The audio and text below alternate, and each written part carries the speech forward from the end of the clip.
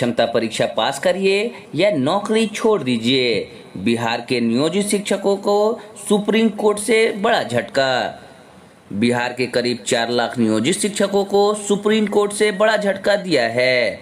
Supreme court ने उनकी सक्षमता परीक्षा को रद्द करने की मांग वाली याचिका गुरुवार को खारिज कर दी। आइए जानते हैं पूरी खबर को। उससे पहले आपसे एक छोटी सी रिक्वेस्ट है, अगर आपने मेरे चैनल को अभी तक सब्सक्राइब नहीं किया है तो सब्सक्राइब करके बेल आइकन को प्रेस कर दें, ताकि आने वाले हर एक वीडियो का आपको नोटिफिकेशन मिलता रहे।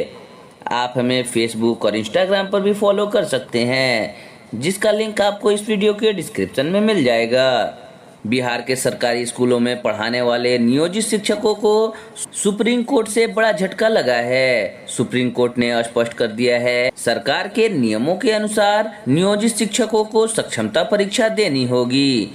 अगर वह नियमों के अनुसार नहीं चलते हैं तो उन्हें नौकरी छोड़ देनी चाहिए।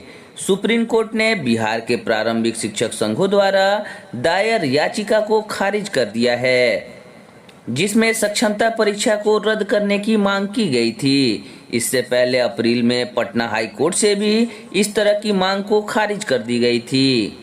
सुप्रीम कोर्ट के जस्टिस बीवी नागरत्ना और उज्जवल भुयान की वैकेशन बेंच ने गुरुवार को प्रवर्तनकारी प्रारंभिक शिक्षक संघ और बिहार प्रारंभिक शिक्षक संघ की याचिका पर सुनवाई की।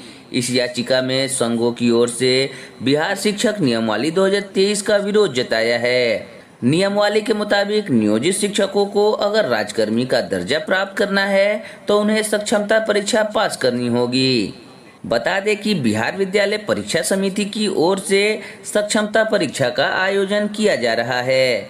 याचिका पर सुनवाई करते हुए बेंच ने कहा कि शिक्षक राष्ट्र के निर्माण में मदद करते हैं, ऐसे में उन्हें अपने कौशल को बेहतर बनाने के लिए हमेशा तैयार रहना चाहिए। अदालत ने कहा कि हम देश भर और खासकर बिहार के बच्चों के शिक्षा के प्रति गंभीर हैं। अगर कोई शिक्षक नियम के अनुसार नहीं चलता है तो उसे इस्तीफा दे देना चाहिए। अगर कोई शिक्षक बच्चों के हित में सेवा देना चाहते हैं तो उन्हें सक्षमता परीक्षा देनी ही होगी। दूसरी ओर बिहार सरकार ने पहले ही स्पष्ट कर दिया है कि सक्षमता परीक्षा पूरी तरह से वैकल्पिक है। इसे पास करने वाले नियोजित शिक्षक को राजकर्मी का दर्जा, बीपीएससी टीचरों के समान वेतन और अन्य सुविधाएं मिलेंगी। हालांकि जो शिक्षक सक्षमता परीक्षा नहीं देना चाहते हैं उन्हें सरकार नौकरी से नहीं निकालेगी। इससे पहले बिहार के नियोजित शिक्षकों ने पटना हाई कोर्ट में सरकार की नई नियमावली को चुनौती दी थी। हालांकि वहां भी अदालत ने उनकी मांग को खारिज कर दिया।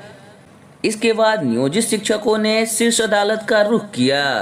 नियोजित शिक्षकों की याचिका को खारिज करते हुए अदालत ने गुरुवार को कहा कि अगर सरकार शिक्षकों को बेहतर बनाने के लिए कोई कदम उठा रही है तो उसका समर्थन करना चाहिए। अगर आप इस तरह की परीक्षाओं का सामना नहीं कर सकते हैं तो नौकरी छोड़ दीजिए। नियोजित शिक्षकों को फटकार लगाते हुए अदालत ने कहा कि शिक्षण एक महान पेशा है, मगर आप लोग अपने वेतन और प्रमोशन में ही रुचि ले रहे हैं। देश में लाखों लोग बेरोजगार हैं और यहाँ आप लोग अपने कौशल को विकसित नहीं करना चाहते हैं। आपको इसे गंभीरता से लेना चाहिए या फिर इस्तीफा देकर नौकरी छोड़ देना चाहिए। अदालत ने आगे कहा कि गांवों के स्कूलों की हालत देखिए, हमारे देश के शिक्षा के स्तर पर नजर डालिए। एक पोस्ट ग्रेजुएशन किया हुआ शख्स ढंग से छुट्टी का पत्र नहीं लिख पाता है। जब सरकार शिक्षकों की सक्षमता को बढ़ाने की कोशिश कर रही है तो आप लोग अदालत में उसे चुनौती देते हैं। सभी लोग निजी और अंतर्राष्ट्रीय स्कूलों में अपने बच्चों को नहीं पढ़ा सकते हैं। नियोजित शिक्षकों की ओर से सुप्रीम कोर्ट में यह दलील दी गई थी कि बिहार सरकार में पंचायत शिक्षक नियमावली 2012 के तहत उनकी परीक्षा ली गई थी।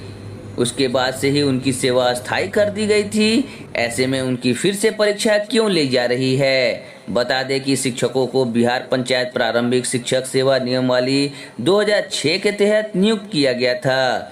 इसमें कई शिक्षक ऐसे हैं जो 2006 से पहले शिक्षा मित्र रहे और बाद में नियोजित टीचर हो गए थे।